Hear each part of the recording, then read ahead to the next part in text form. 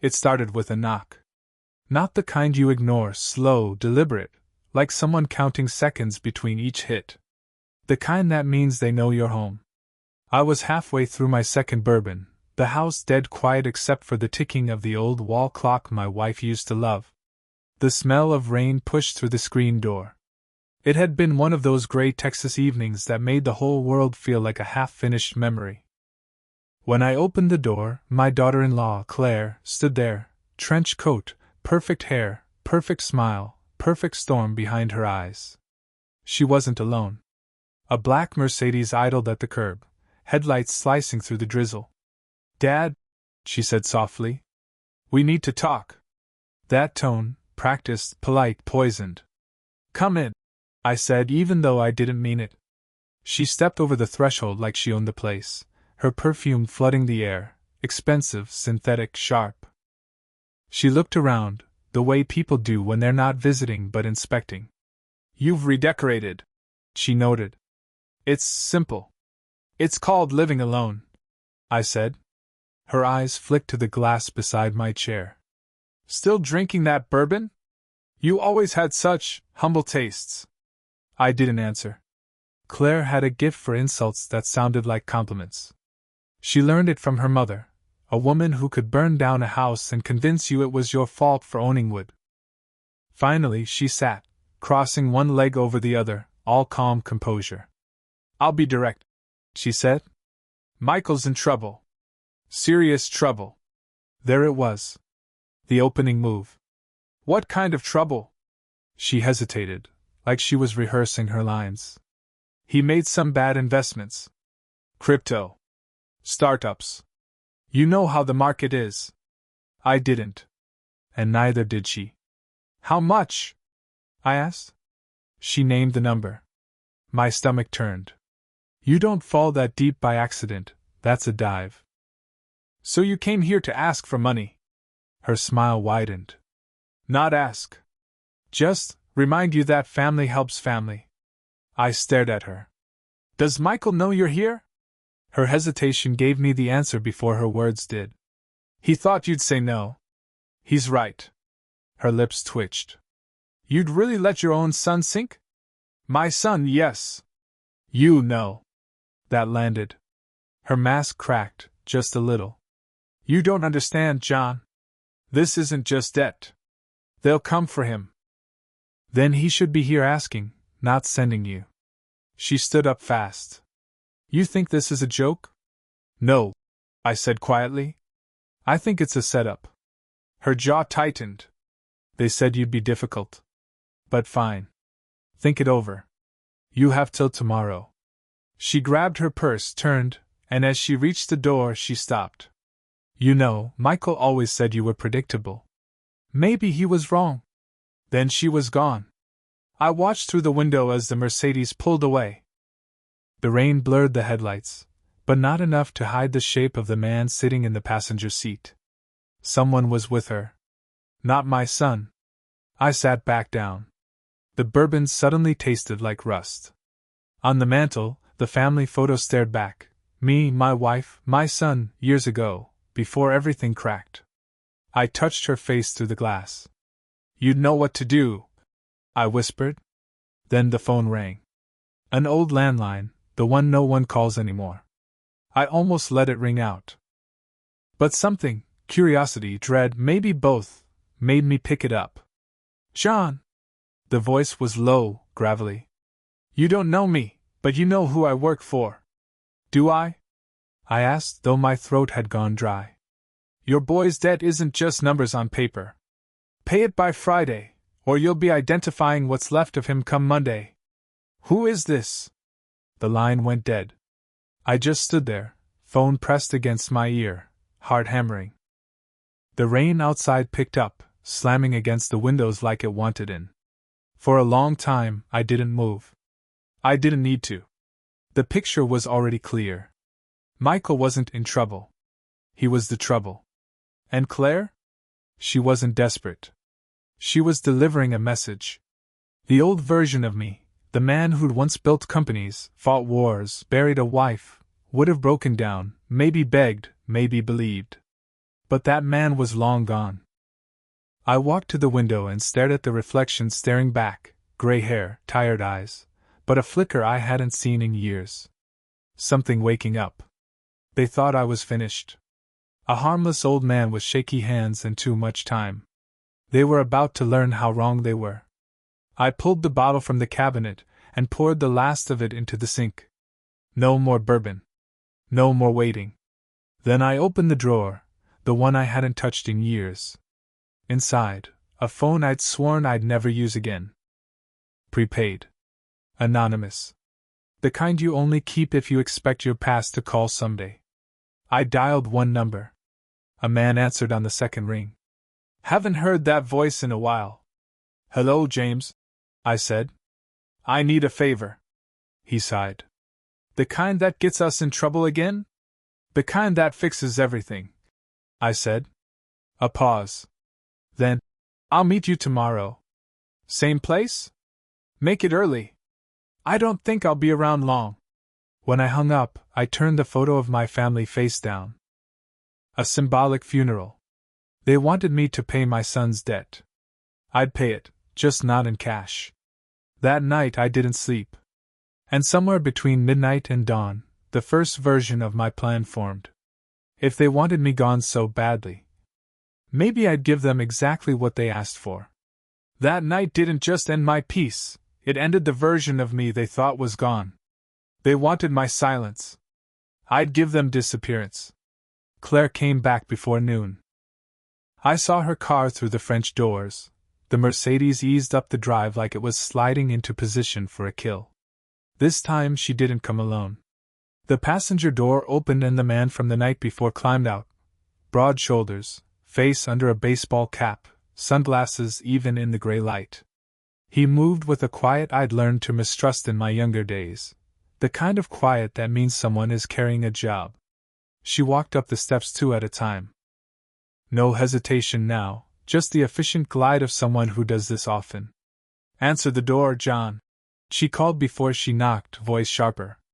We don't have much time. I met her at the threshold. Up close, she looked smaller.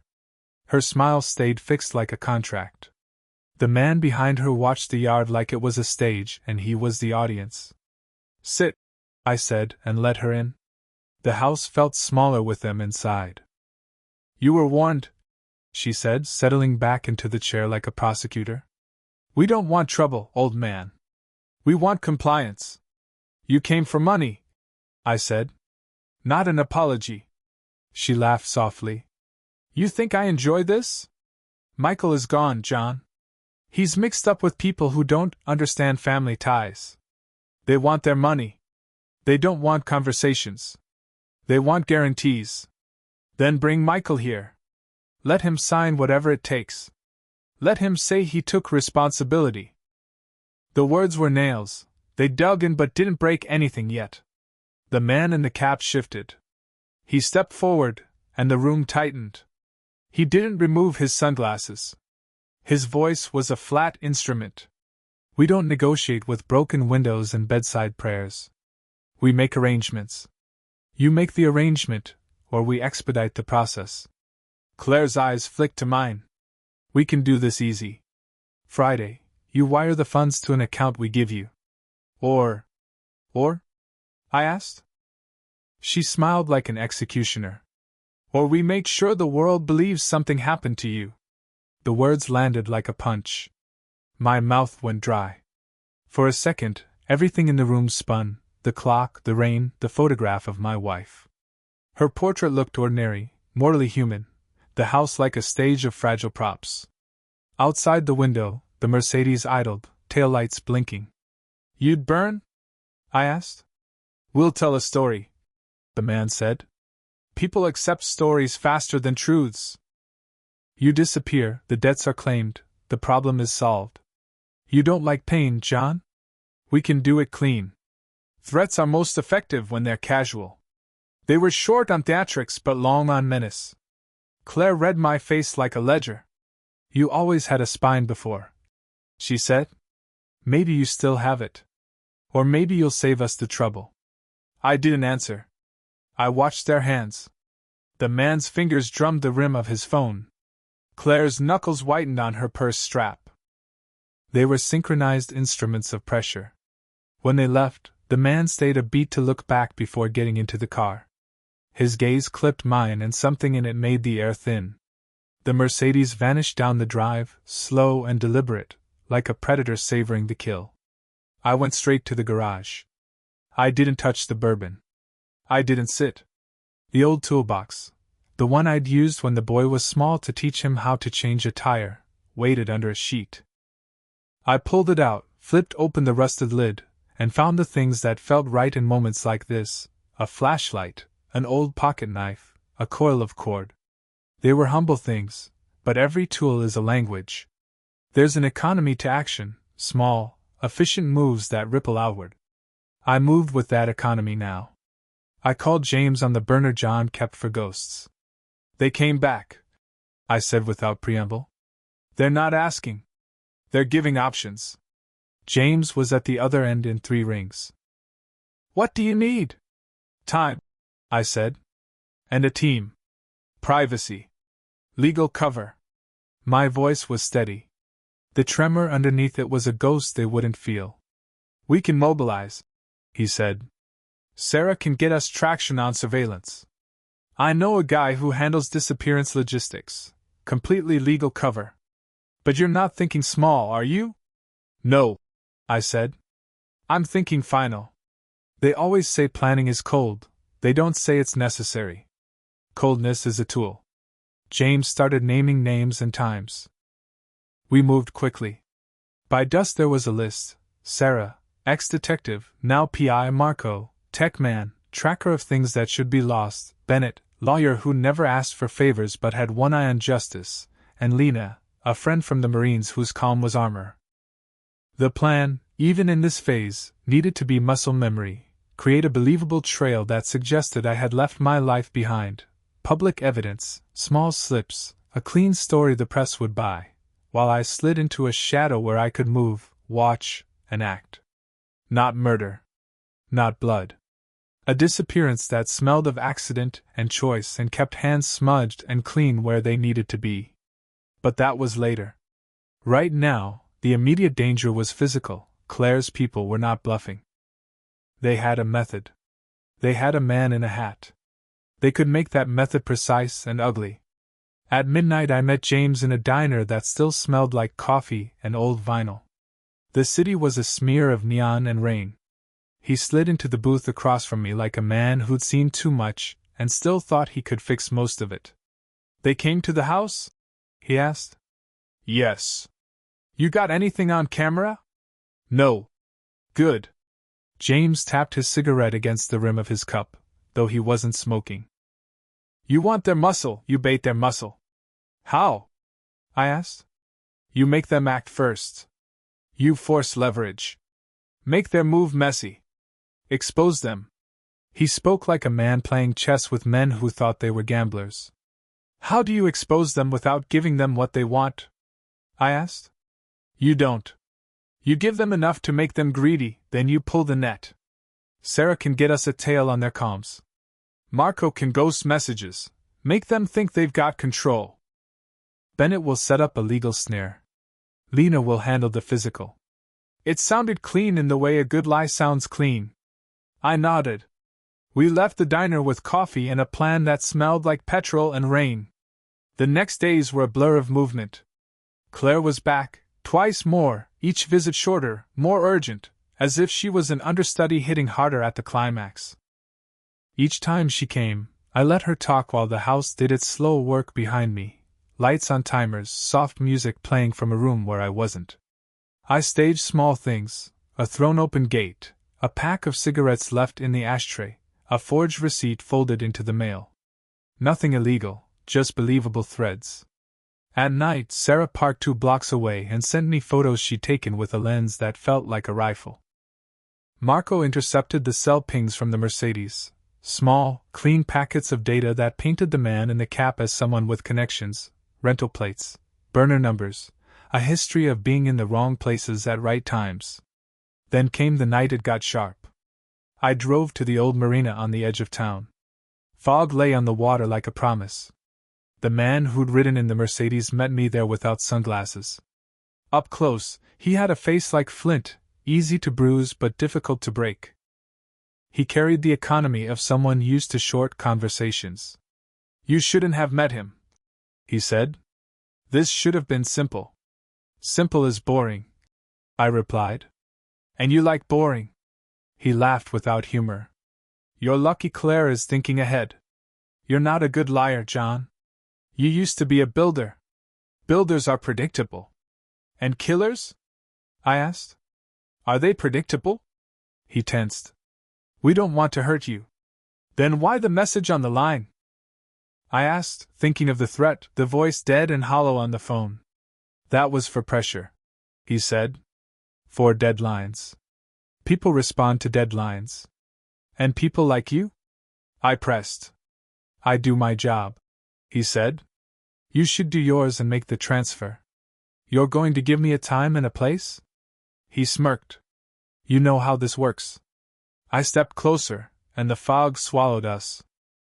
He moved his hand as if to make a point, and I saw, just for a moment, the prescription of a man who feared small things: a twitch in the finger, a tick in the jaw. "You're leaving a trail," I said softly. "Burners, rented cars. Amateur things.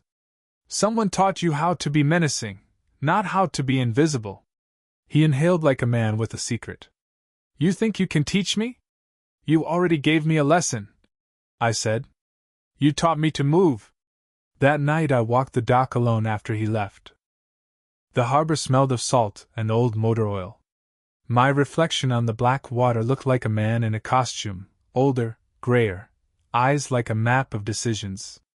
I was making choices that had consequences I never imagined would touch me now. When I got home, Claire had been. She'd left something on the porch, a sealed envelope, heavy as bad news. Inside, a photograph, Michael laughing with two men I didn't recognize, the Mercedes in the background. On the back, a date and 4 words: "Pay by Friday." Or him. The clock clicked. Time is a muscle, you feel it flex when you're waiting. I called Lena after that. "They're sloppy," I said. "They make a show. They want me to move." "Let them," she said. "We'll be ready." We prepared to make them move. Not by handing over cash, but by forcing their hand in public so the net could close. The plan was risky: create a visible vulnerability they couldn't resist, then trap their attempt. It would require me to ride the edges of danger. It would mean pretending to be the man they wanted gone, careless, reachable, ripe, while everyone else tightened the rope. That night I slept in clothes I could move in. I left the porch light on and the TV playing a late show downstairs. It was deliberate, bait for people who read the line between complacency and opportunity. At 3 in the morning the Mercedes returned. They came in slow. The man in the cap stepped out like someone who's rehearsed patience. Claire followed, whispering orders. I watched from the shadows at the top of the stairs. I let them move the way actors on a stage take their cues. The man went straight to the study, rifled through drawers in an arrogant sweep. Claire kept watch by the window, chewing her words into a steady rhythm. They were careless with the kind of carelessness I could use. I found the moment when their focus narrowed to the paper trail they expected to find, and I made a noise, just enough to shift their attention. The man spun, flashlight cutting the dark. For a breath their world was jagged. Then Lena's voice came over a whisper-thin radio from the shadows. "Now." What followed was choreography. A low roar of a truck down the street, a staged alarm I'd asked a neighbor to trigger, the sudden smashing of a distant pane that sounded like the world breaking. The man in the cap ducked toward the window. Claire swore, sharp and immediate. They didn't see Lena slip from the hedgerow behind them, soft and quick. They felt her hand on the man's shoulder, a restraining press. Marco's phone flashed a burst into their line, a picture of the man's face on a site that made it shamefully public. Rental plates, aliases, a few associations, nothing illegal, nothing I couldn't explain, but enough to make a man who treasured anonymity flinch. In the chaos, the man tried to run. Lena moved like someone who mastered the art of moving other people where they needed to go. She guided him toward the street where Bennett waited in a plain car with a camera for the right angles. A uniformed neighbor, a kindly man we'd recruited, lit up the porch with an actual flashlight, his voice loud and law-abiding. "Sir, you need to explain yourself to these people." Everything happened fast. Seconds stretched and rewound. The scene had the smell of theater, cheap and electric. Claire shouted, half anger, half command. The man tried to push, tried to spin, but someone had already uploaded his image to a dozen eyes. Panic is the enemy of a plan. By the time the police cruiser lights smeared the wet street, the man and Claire were arguing like people at the precipice of a breakup, loud, tangled, and vulnerable. The Mercedes sat a block away with its engine ticking. We let them leave, but the message was out. Their man's face was now a shadow in public files. Their burner numbers had been logged. They'd been forced to act in a way that made them visible. Back in the house, I sat at the table and opened the envelope Claire had left. This was not surrender. This was a move on the board. I had baited them, and they had taken it. They thought they had cornered me. They had only shown their hand. Outside, the rain finally stopped. The city exhaled. I felt the pressure in my chest lift, just a fraction. This wasn't victory. It was only the first small, dangerous advantage. I didn't sleep. I sharpened my own edges instead. There was work to do and people to line up. The larger game, the plan to disappear, to make their triumph into the story they'd always wanted, had started to take shape. And now I knew they would move again. Next time, they'd be running. Next time, they wouldn't like what they found when they pulled the cord. The clock clicked. Friday was still days away, but the tempo had changed. They were on a timetable. So was I. They had picked the wrong old man to test. They left me with a photograph and a deadline. That was the kind of courtesy predators give, clear terms, a timetable. People like Claire believe terror is arithmetic. Pay on Friday, problem solved. What they don't know is how arithmetic looks to someone who learned to subtract lives and add consequences. The house smelled of damp carpet and burned coffee the morning after the porch raid. I moved like a man who'd been rehearsing the steps in his sleep, slow, precise. Small things have power when everyone expects chaos. I made the bed, smoothed the newspaper on the table, left a pair of boots by the door, footprints for hungry eyes to find. I put on a shirt that looked ordinary but didn't wrinkle. Theater is convincing when props are honest. James called at 9. "They're rattled," he said. "Public exposure slowed them. But it's temporary. Friday's still their deadline. Then we speed the timetable," I told him. "I'm done waiting." My voice surprised me, flat, a blade under velvet. "Done how?" he asked. "Done by making them act. For real." I could feel the plan forming like a machine whirring to life. "We fake what they want. We give them a disappearance. Make the world believe I'm gone. Then while they celebrate, we pull the thread that unravels the whole weave." There was a silence like a held breath. "That's extreme." "It's final," I said. "And it's clean. No blood. No witnesses. Just a body of evidence that points to a conclusion everyone will accept." "You'll disappear," James said slowly. "Voluntarily?" "Voluntarily staged," I corrected. "Disappear publicly. Make it look like an accident, a vanishing. They'll take credit. They'll stop looking at the problem side, the press will move on, collectors will close files. Then we watch them. Then we take back what's theirs, the lies, the accounts, the people who hide behind hired muscle. You're asking us to make your death believable enough that no court will reopen it," James said. "Legally, we have to be careful. Morally, you're asking a lot." "I know what I'm asking," I said. "I'm asking you to help me become a ghost long enough to expose the living." He sighed. "All right. We do it in layers. Sarah handles surveillance to make sure no one follows you into the shadows. Marco plants breadcrumbs to make the trackers think you left town. Bennett files documents that justify your absence. Lena secures physical safety for the team. We draft a story that a grieving public will swallow. And you? I asked. I'll handle perception and timing, James said. You'll be the content. He didn't say it like a compliment. He said it like a contract. I started with the simplest thing, presence. If I was going to vanish, I had to be visible enough to be missed. Not just missed, mourned publicly. People must picture the hole I left, not suspect a trick.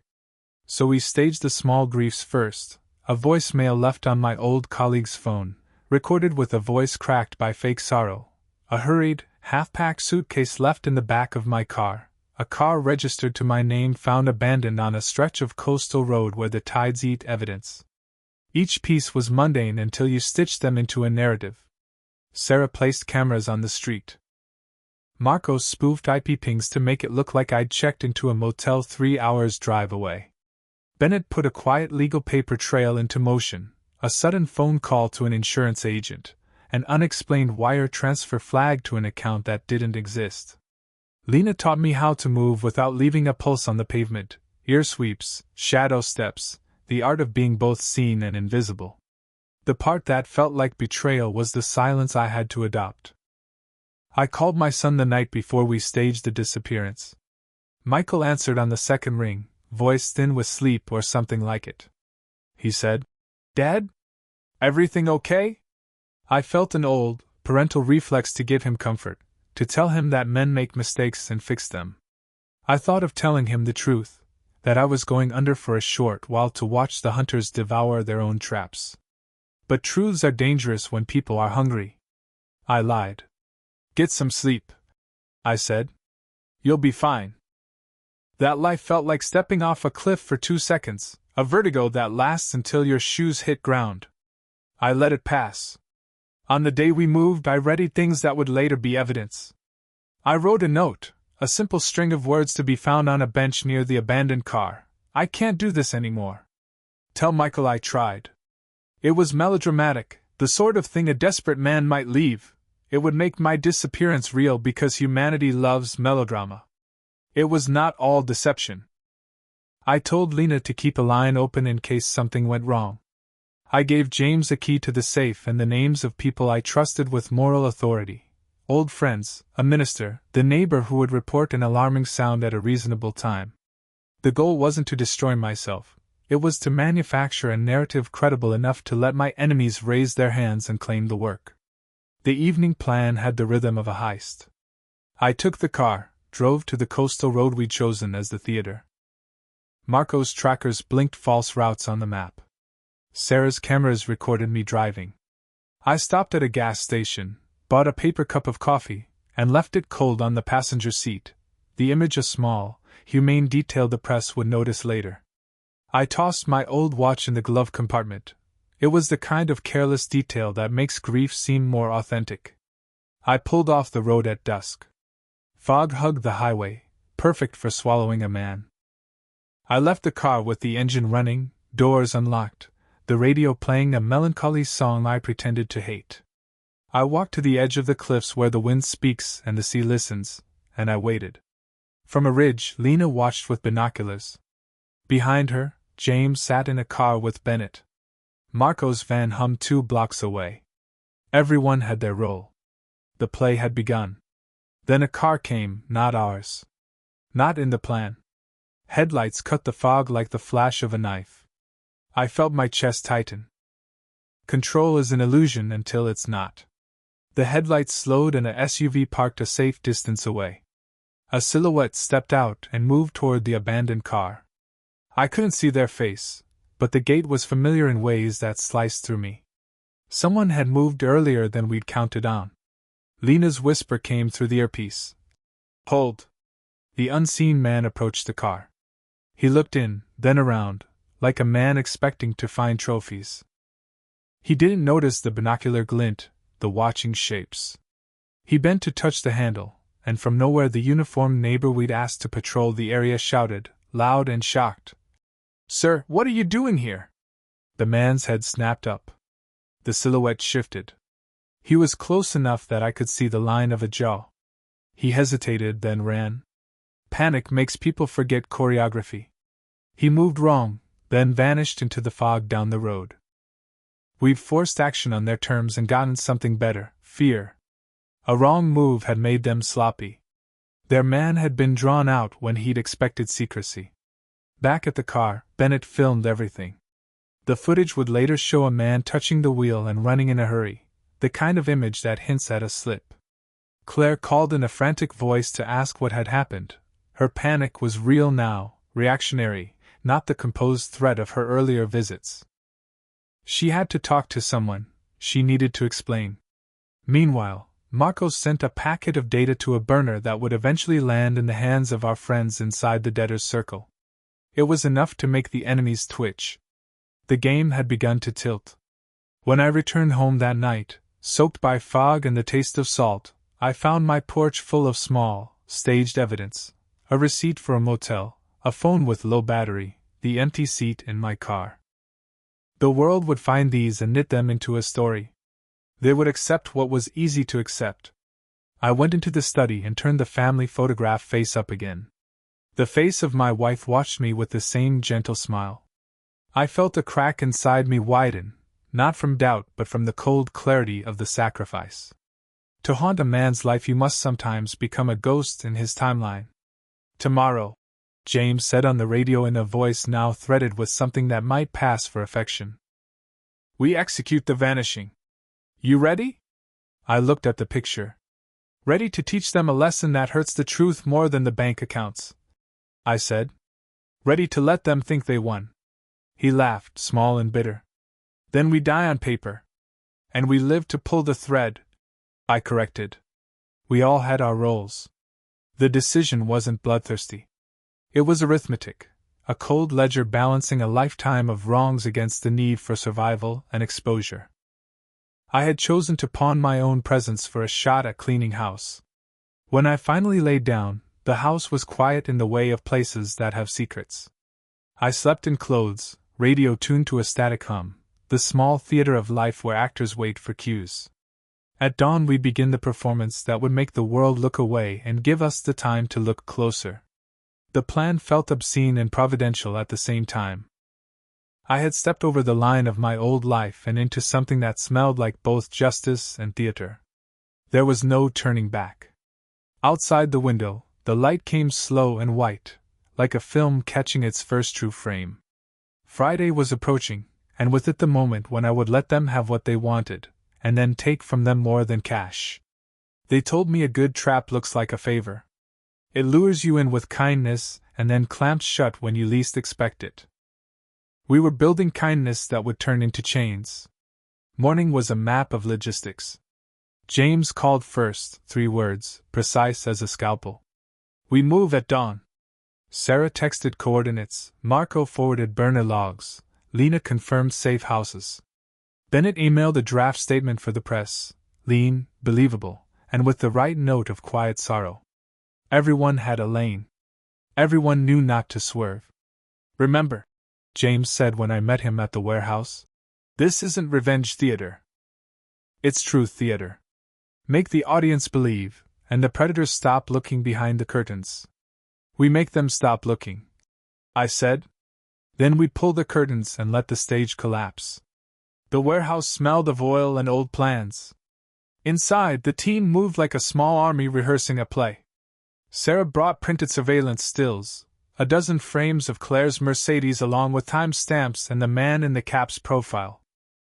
Marco set up a laptop and ran a string of intercepted pings that showed where the car had been parked for hours last week. Lena checked radios and nods. Her hands were steady. We'll run 3 threads, Lena said, voice like leather.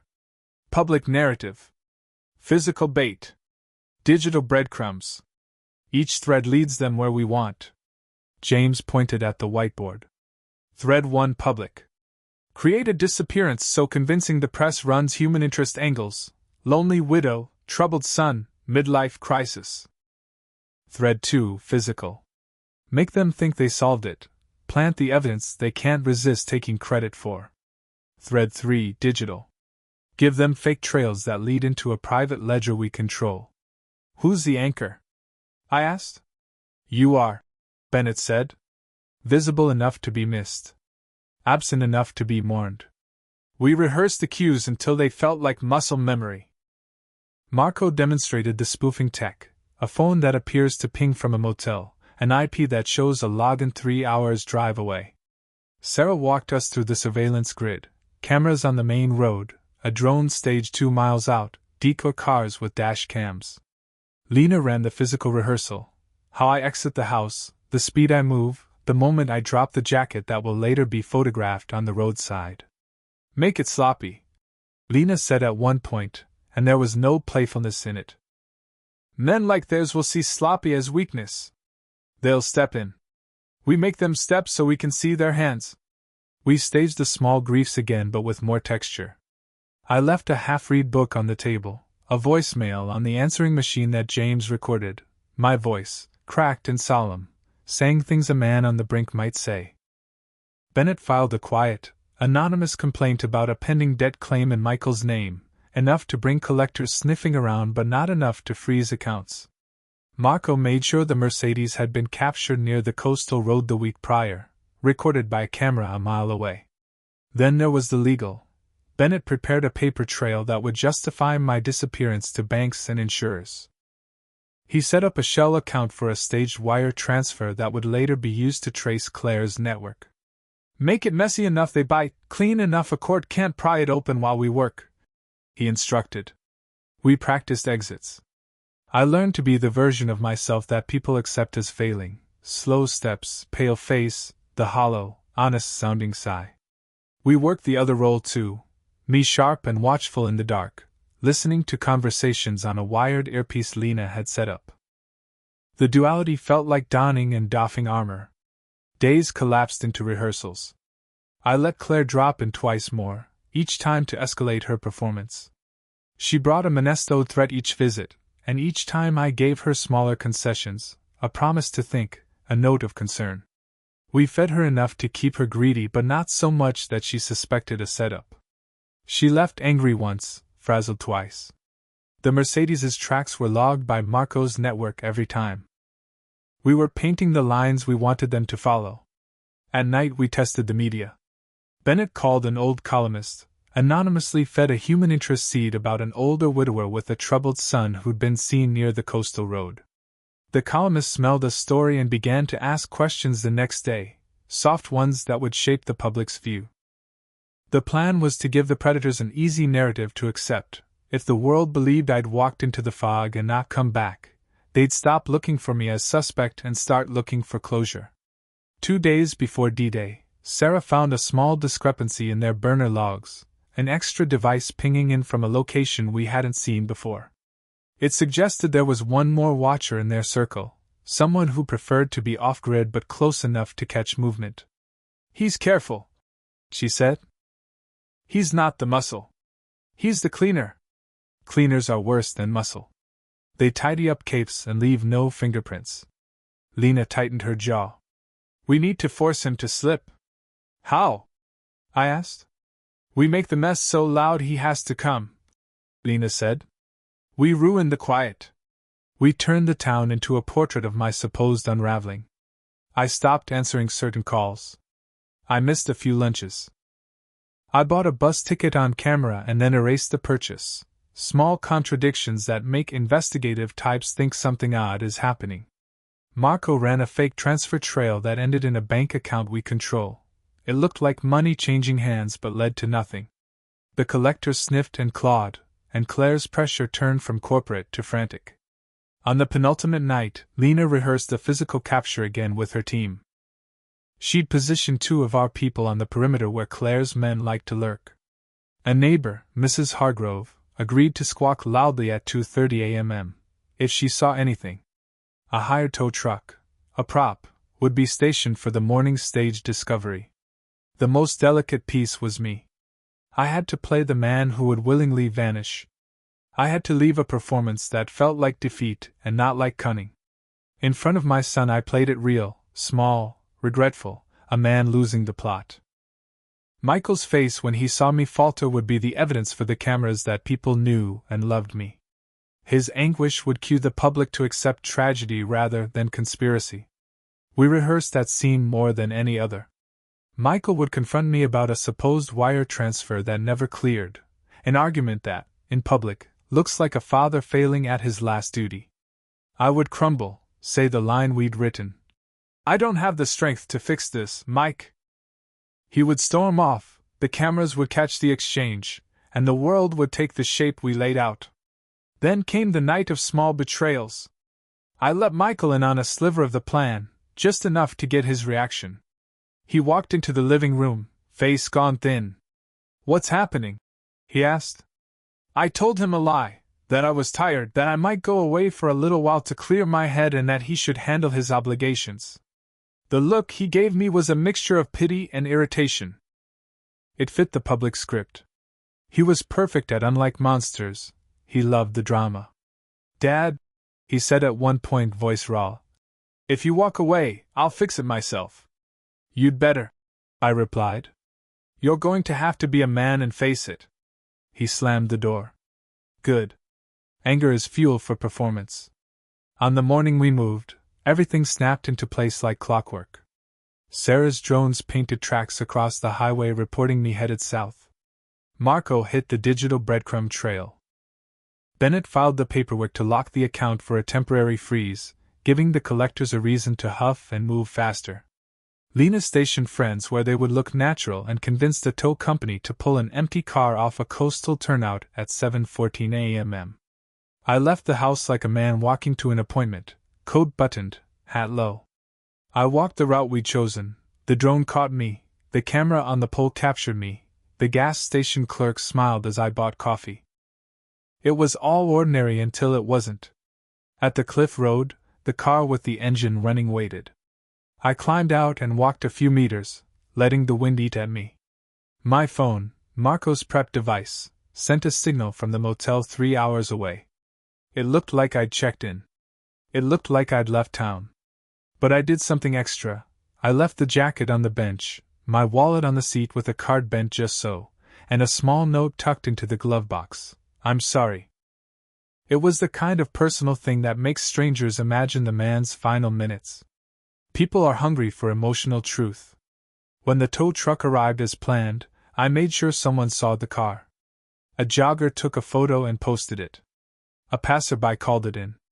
The call got to the police, then onto the feeds. The narrative was spinning. Claire called in breathless triumph. She thought she had cornered me. But the real move was digital. Marco had planted a trace in the people who financed Claire's men.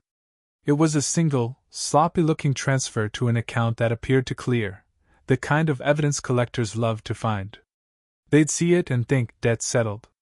They'd stop looking for culpability in their own network, and instead relish the payoff. By dusk, the town had swallowed the story. Reporters sniffed. The local anchor had a segment ready. Local widower missing, son devastated. Claire's people celebrated privately. They took their credit in a smoke-choked room, toasts raised for a problem handled. That was the smell of victory for them, short and sickly. For me, the night was a long, thin wire of adrenaline. I carved a path through the safe houses, changing clothes, moving between shadows like some actor who'd finally learned how to be invisible. Lena met me at a diner at midnight with hot coffee and a look that said we weren't naive to the costs. "You held up?"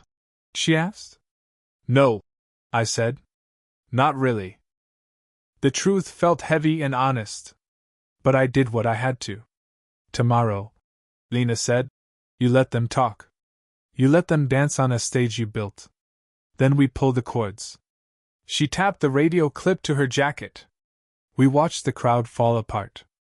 I lay awake in an unfamiliar room with a roof that wasn't mine, listening to the hum of a refrigerator and the distant rush of traffic. The plan had teeth now. They had taken the bait. They were celebrating. They thought their problem solved. They didn't know what we'd sewn into the seams of their triumph. They didn't yet know the net was already in the air. The world thought I was gone. That was the point. By Monday morning the headlines read what we wanted them to read. Local businessman presumed dead after coastal accident. The photo was me in profile, gray, tired, harmless. Exactly the character Claire's people needed to believe in. They tasted victory for less than 48 hours. James called from the safe room at dawn. "Hook bit," he said. "Claire's transferring funds from the Shell account. They think your ashes and insurance money." "Let them collect," I answered. Every transaction they touched threads to the ledger Marco built. By midday the city was a quiet machine of rumor and pity. My neighbors brought flowers to a door I wasn't behind. Michael played the grieving son on television, his hands shaking, eyes wet. It wasn't all performance. His shock was real. He didn't know the whole plan yet. At noon, Sarah's voice crackled over the comms. "Target movement. Mercedes leaving their rented house on 6th. Claire driving. Passenger matches our hat man." "Destination?" Lena asked. "Downtown bank." "Of course. Money first, truth later." They entered the bank at 12:14 p.m. Sharp heels, cheap cologne, the smell of fraud disguised as confidence.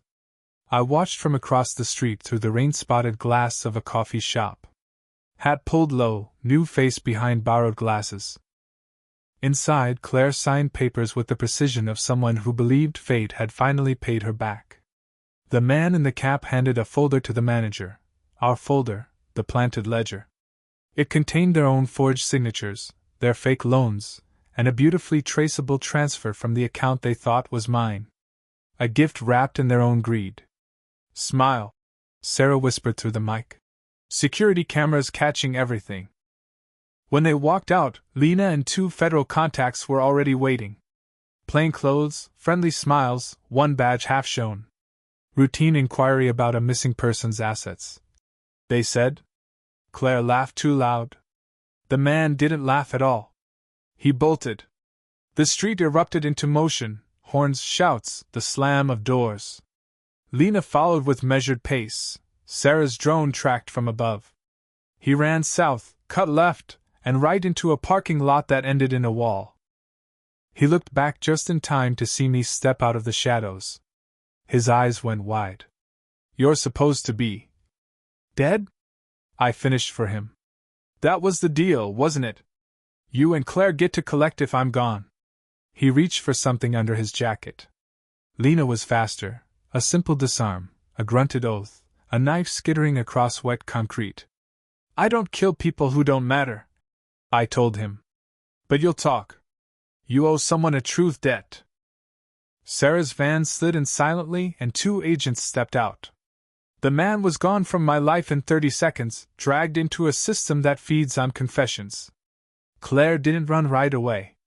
She still believed she could explain. That was her mistake. Bennett met her inside the bank conference room, now officially a crime scene. He introduced himself as my attorney, which he was, and handed her a document envelope stamped probate execution. "What is this?" she asked. "John Merrick's last instructions," he said flatly. "Filed 2 weeks before his disappearance." She snapped it open and read aloud. "In the event of my death or presumed death, my estate is to be transferred in trust to the care of my son, Michael Merrick, pending the results of a federal investigation into fraudulent claims against my assets." Her voice cracked on the word. "Fraudulent. There's no investigation," she said weakly. Bennett smiled, polite, legal, merciless. "There is now."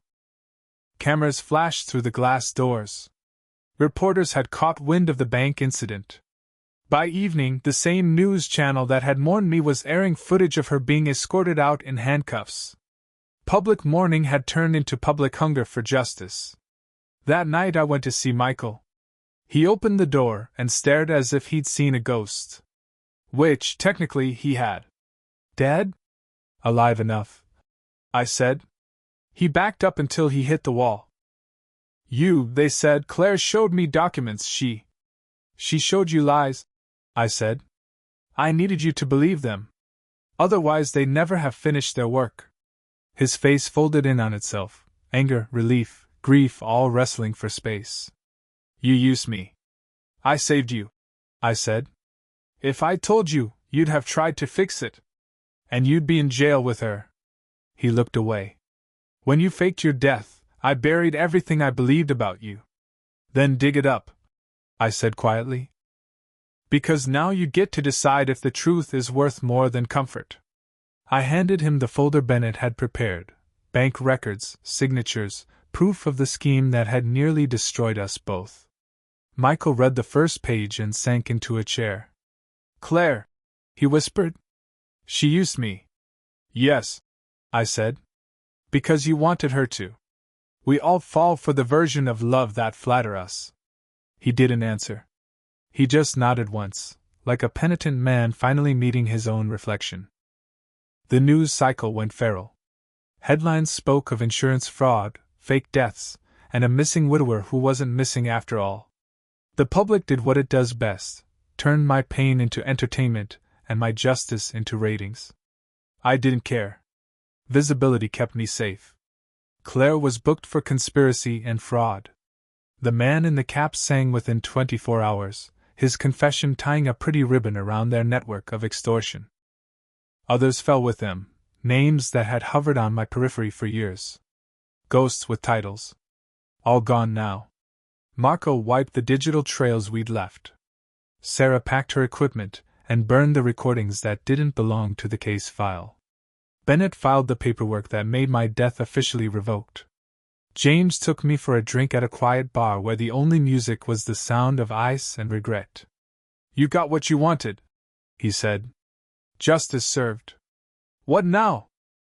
I looked at the television over the bar, footage of Claire being led away in handcuffs, flashbulbs popping like gunfire. For a moment I felt nothing. Then, slowly, the weight of it landed. She was family, I said. That's the part they don't print. Family's just the first circle of trust, James said. It hurts more when it breaks because it's closer to the heart. Or because it's built on blood. I murmured. When the bar closed and the rain started again, I walked home alone. My house looked different now, smaller, emptier, but still standing.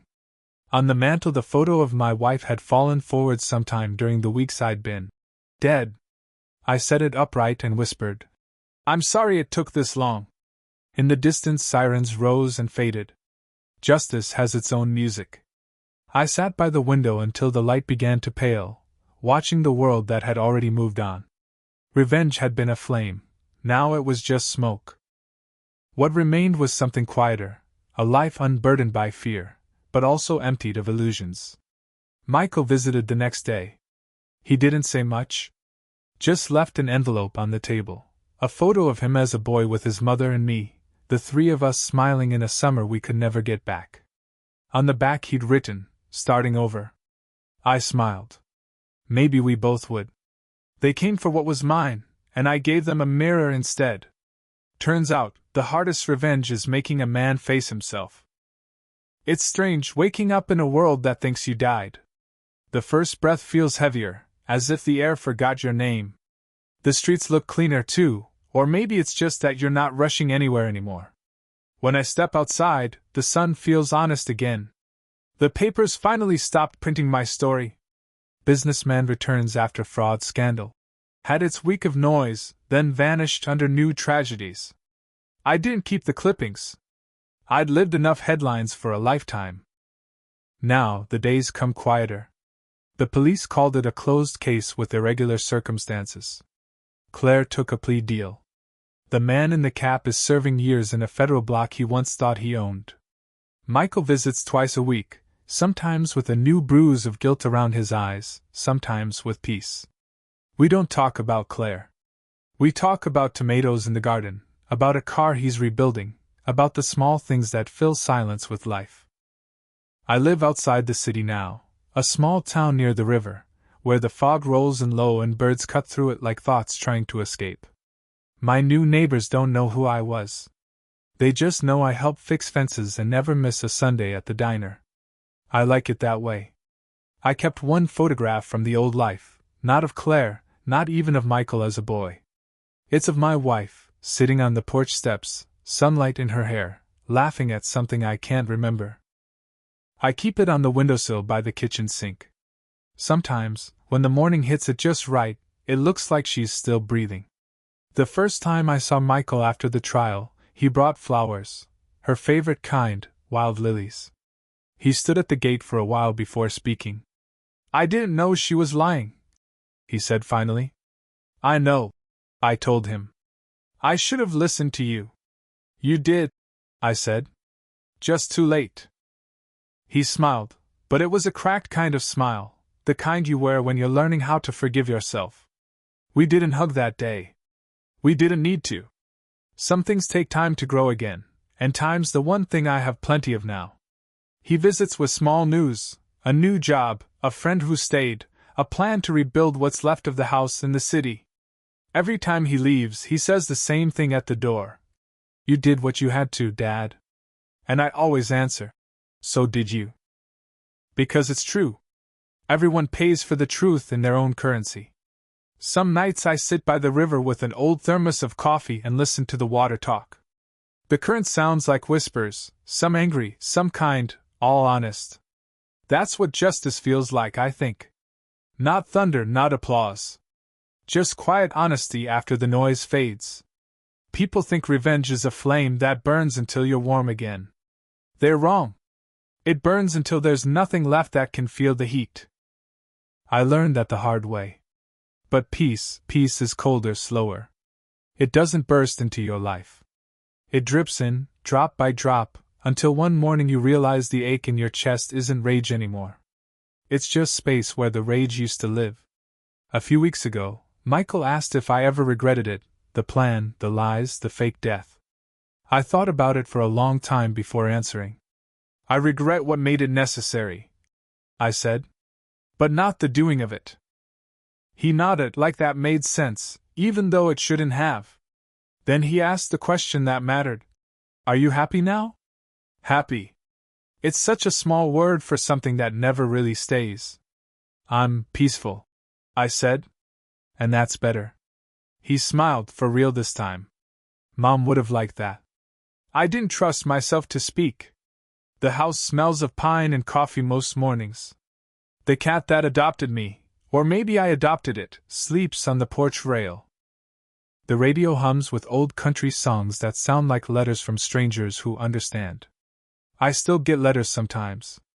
From people who read about me, from reporters who want another story. I never answer. There's nothing left to say. The story ended where it needed to. I spend my days fixing what's broken, a loose hinge, a leaking pipe, a neighbor's old swing. It feels right, turning my hands to something that stays repaired for more than a moment. At night, I light a candle for the ones I lost, my wife, my old friends, even the pieces of myself I had to bury along the way. Not out of guilt, but gratitude. They all taught me something. And when the flame flickers just before it dies, I swear I can almost hear her voice again, soft and teasing. "See? You finally learned to rest. The world keeps spinning without my permission. That's how it should be." Sometimes, when the wind shifts, I catch a scent of rain and motor oil, and I remember that night, the knock on the door, the look in Claire's eyes, the first spark of betrayal that turned into all this. It used to hurt. Now it just feels distant, like a movie I've already seen too many times. I finish my coffee, watch the sun climb the hills, and whisper to no one in particular. You can't change what's gone. But you can stop it from owning what's left. Maybe that's what forgiveness really is, not letting the past decide the shape of your tomorrow. It's evening now. The light turns golden through the trees, and for a heartbeat everything stands still, river, air, memory. I close my eyes and breathe in the quiet. I'm alive. That's enough. Freedom isn't walking away from the fire. It's standing in the ashes and knowing you survived. If this story moved you, please support the channel by liking the video, subscribing, and leaving a comment with your thoughts. To continue the journey, click the box on the left for the next story. Thank you for being here.